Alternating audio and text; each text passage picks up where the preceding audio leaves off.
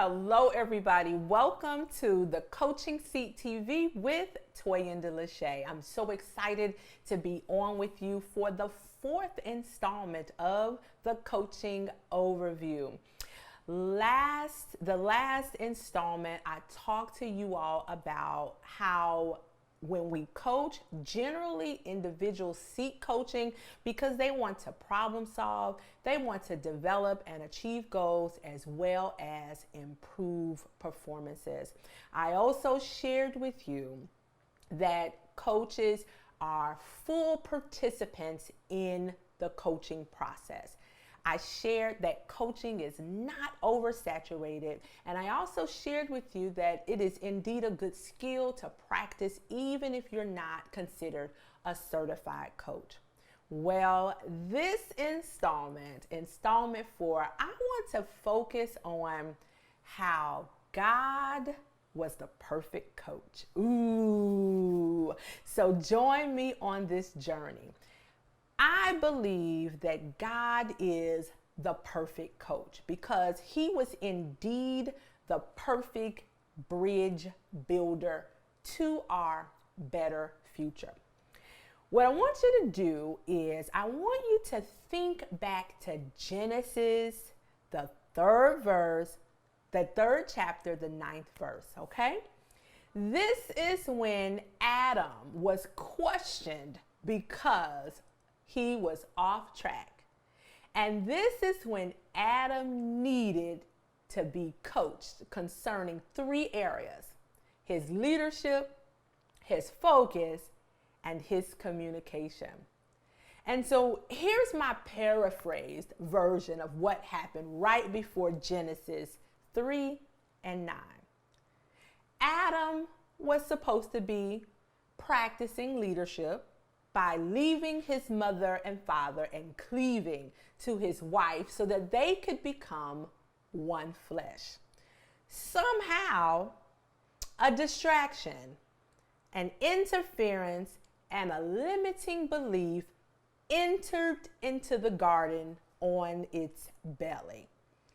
And that distraction began to commune with Eve. Now listen, I'm not certain what Adam was focused on during the time, but Eve was communicating for, in my mind, an extensive amount of time.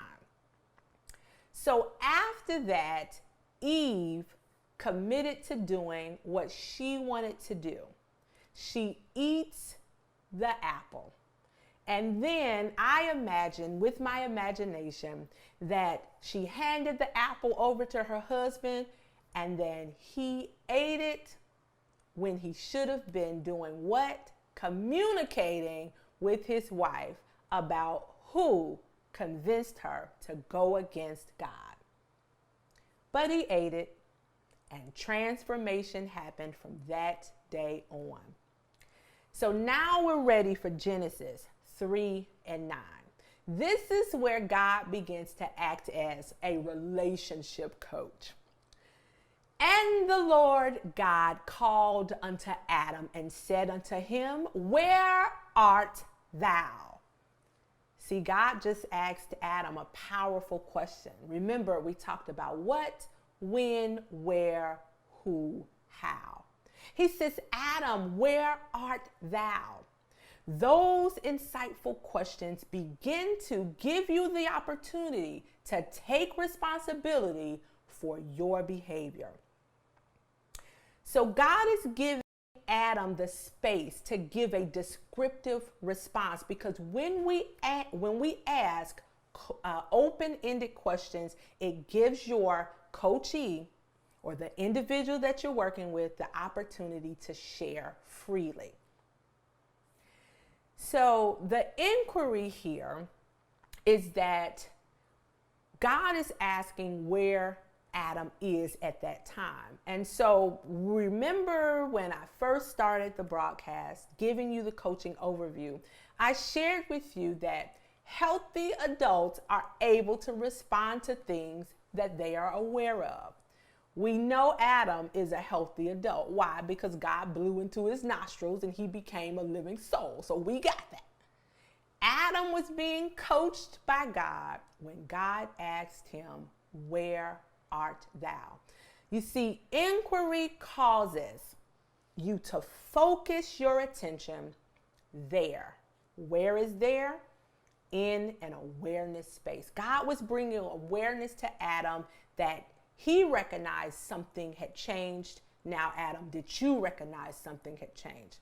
So now Adam takes an opportunity to choose to commit to take responsibility for his thoughts, his characters, and his action. When your commitment rises, so does your performance. So let's see here how Adam responds. Y'all stay with me. Adam takes responsibility for his thoughts, behavior, and action. And he says, "I heard you in the garden and I was afraid because I was naked, so I hid." Given this situation and based off of Adam's response, if you were coaching Adam, what would be the next best question? Just want you to think about that for 1 minute. See, in coaching, we respond off of the answer that our coachee gives us. So the next best question comes in Genesis 3:11. Coach God says, "Who told thee that thou wast naked?" Come on, God, listen, God is a relationship coach. So let's see if Adam will continue to take responsibility for what's being brought to his attention. Adam's response, it says, "The man said, the woman you put here with me, she gave me some fruit from the tree and I ate it."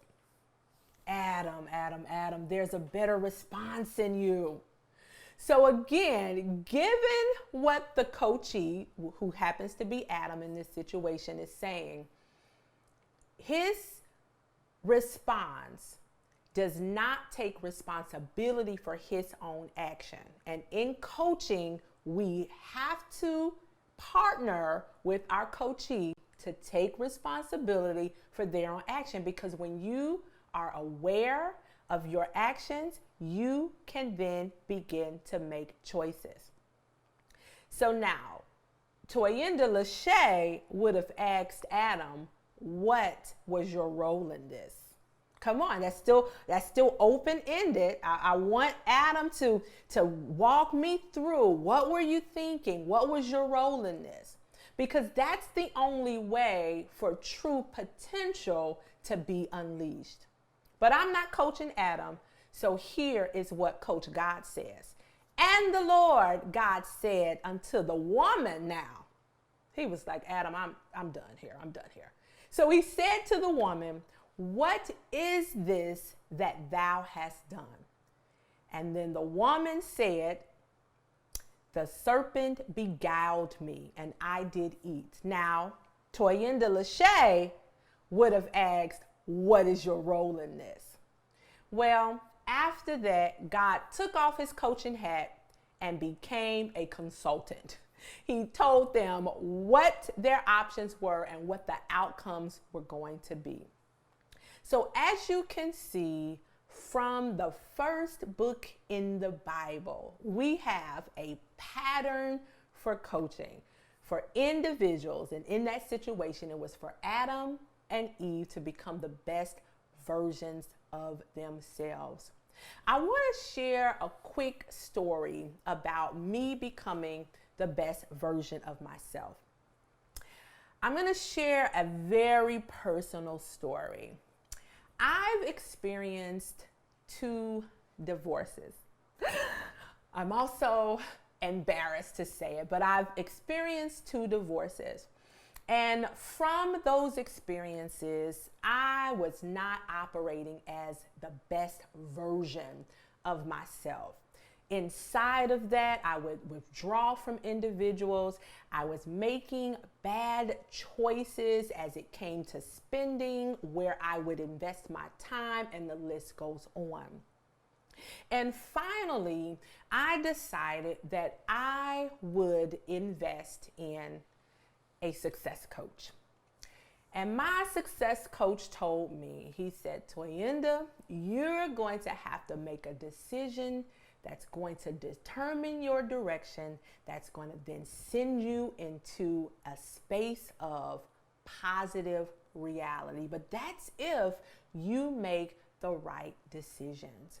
And so he worked with me inside of my, what I would call a low space. See, sometimes coaches come in order to progress, facilitate this progress in individuals, they have to come in and ask you the hard questions. He asked me things such as, what's going to happen to your 2 children if you continue down this path? And I had to sit and answer that question. He asked me things such as, what is it that you really want to receive from the Lord?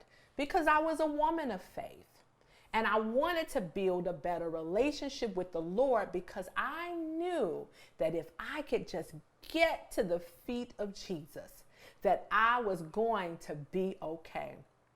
So it took some time for us to walk me through that hard process. I was broken, I was depressed, I was dejected, abandoned, I had shame, and I had to walk through that process, but I had to do the work. Coaches help you to be champions. They help you to do the work. After a year of coaching, and of course, assembling in the church, I was able to unlock and unleash my potential. I had the ability to write 2 books. The first book, The Handbook to Unleash Your Potential. My second book, which is a bestseller, it's The Handbook to Dominate Your Confidence. And so because I surrendered to the coaching experience, this coaching process, I was able to become the best version of myself. So I encourage you to be very patient, very compassionate, and very non-judgmental with the individuals that you are going to coach in some form or fashion. Remember, you don't have to be a certified coach to coach. You do need to understand the coaching skills. My name is Toyinda Smith, and I have had a wonderful time with you in installment 4, where we've talked about the coaching overview. See you next time. Welcome to the Coaching Seat TV with Toyinda LaShea, where we're all about sitting in our seat of authority so that the kingdom community can be infused with the power to dominate confidence, unleash potential, and leave a legacy. This is accomplished through extracting limiting beliefs, distractions, and interferences. I am so excited for the opportunity to be on Dominion TV with the powerful Dr. Dutton and Pastor Lynette Dutton. Make sure you download the app for Dominion TV, as well as catch this broadcast every Tuesday at 5:30 p.m. I want you to share it with your community, your clients, and your customers. Hey everybody, I want to invite you to a phenomenal virtual opportunity. My colleagues and I are hosting the Champion Coach Conference. This conference will take place on Saturday, June 27th, and it is virtual. I want you to check the link below.